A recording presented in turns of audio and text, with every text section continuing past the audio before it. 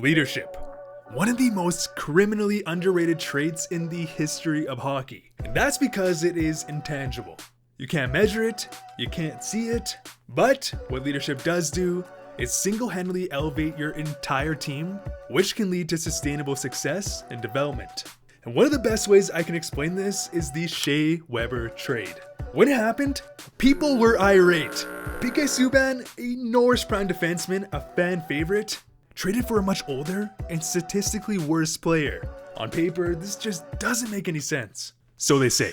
But in reality, behind the scenes, Weber is one of the all-time greats in terms of leadership. And as you've seen, yes, it took time, but he was able to mentor and lead this team behind the scenes to the point where they were able to upset a powerhouse Toronto Maple Leafs team. Shea Weber's leadership, this is no coincidence. Leadership develops a strong team bond, which is why I'll say it again, leadership is extremely underrated, and it definitely needs to be taken into account within any trade or transaction. I mean, let's put it this way. Would you rather have a player who is slightly better, yes, but has major locker room issues including starting fights all the time in practice? Or a player who is worse, yes, but is able to elevate everyone's game and provide consistent play? The option is obvious, B, people. So on the topic of leadership and captaincy, let's go over the NHL players who were dramatically stripped of their captaincy. And if you enjoyed the videos, make sure to press subscribe for some more awesome hockey content. Lou! After being drafted by the Islanders and given up to Florida in one of the worst trades I have ever seen, just because they drafted my man, Rick DiPietro, first overall, Roberto Luongo would develop into a very special player. I mean, if you look at his first couple seasons, you get the picture. He was maintaining a .920, a .918, a .931 save percentage. Absurd, especially in the context that he played in some seasons where he had a double negative record. Meaning, Roberto was out there playing like a Hall of Fame goaltender while his team was just playing tummy sticks. I mean, let's put this into perspective. In the season where Luongo had a .931 save percentage, their leading scorer had 58 points. Their third best forward, 31 points. 31. In the year where Andrei Vasilevsky won his Vezina trophy, not only was he analytically not even close to Roberto Luongo, Brayden Point was third on his team in scoring with 92 points. 92 points is a bit better than 31, I think. Roberto Luongo was not only a generational goaltender, but he had unbelievable leadership qualities.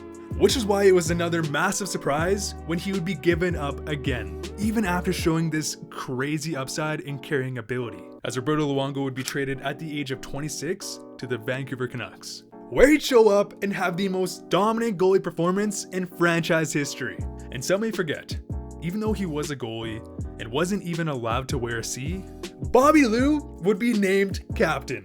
And as a way to bypass the inability to wear a C, he would instead brand his helmet with a C. And even though he would be highly criticized by the entire hockey world, why not? He's your best player, your best leader, who cares? Except, after getting the C, it would be a non-stop onslaught of negative attention for Luongo. Like, he was just a meme.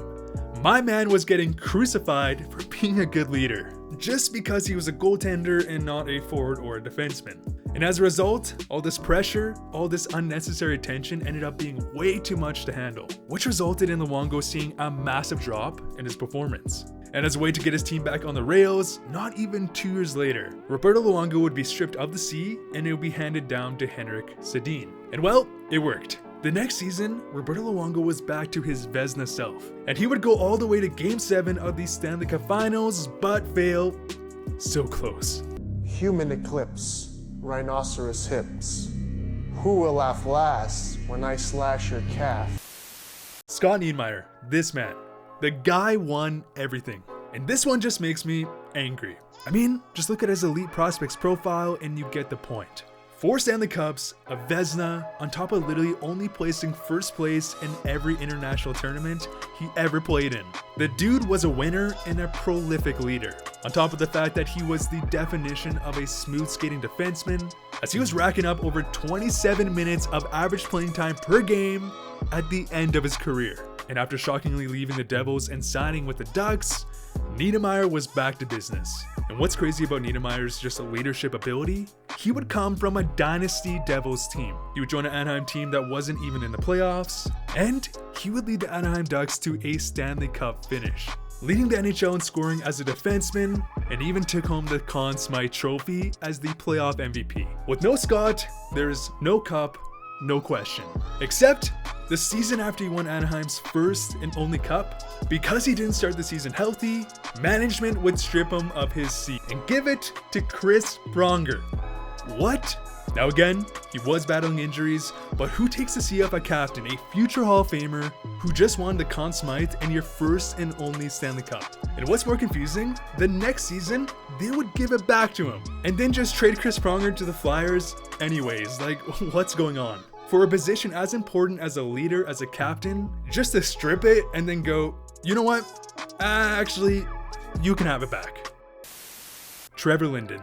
And I know another Canuck, but man, did they have some weird leadership issues. Because after being drafted second overall, right behind Mike Modano, Trevor Linden's strengths were very obvious. Not only did he wear his heart on his sleeve every single night, putting his body on the line, putting up decent stats, while performing highlight plays, hitting people so hard that they explode the glass. Linden was the definition of a natural leader. The guy would do anything for his team to win, on top of being an anchor in the dressing room. Which is why it was a no-brainer to name Linden the captain at the age of 21, which also made him the youngest captain in the entire NHL.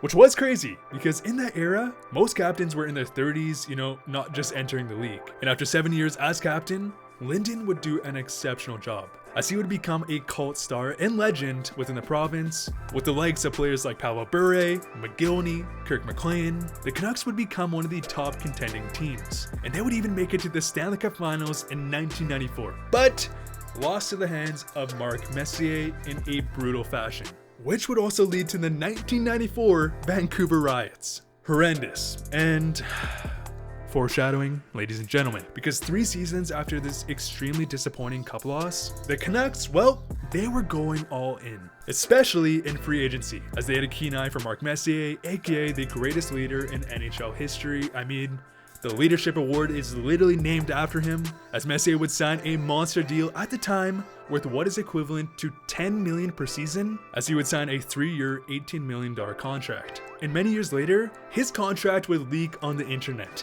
because it was written on a scrap piece of paper and also mentioned that he had phantom ownership in the team. But here's the story. Mark Messier would come in and basically fire all management, as he fired Pat Quinn, who is also a Canucks legend, and head coach Tom Rennie. But here's the kicker. Messier would recruit Mike Keenan as coach and GM of the Canucks. As many years later, Keenan would come out and say that Messier basically hired him. And what's the first thing they do? Strip one of the most beloved legends in Canucks history of his C, as Messier would show up, fire all the management, recruit his own management, and take the C from Linden. On top of, and I'm not joking, forcing a Trevor Linden trade not even halfway through the season, as Trevor Linden would be shockingly shipped out of town because of leadership conflicts. On one hand, you have Linden, one of the greatest Canucks and leaders in franchise history, or Messier, who was now a shell of his former self, but he also was a great leader. But here's the final kicker.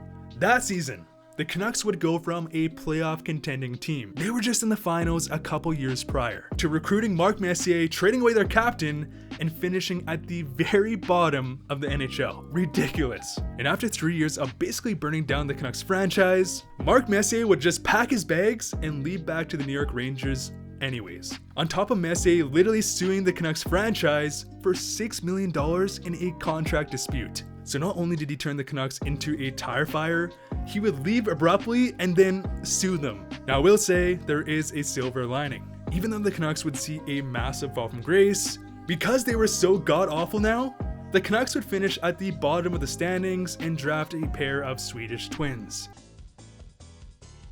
Also, shout out to Cameron Merrill, thank you for the video suggestion.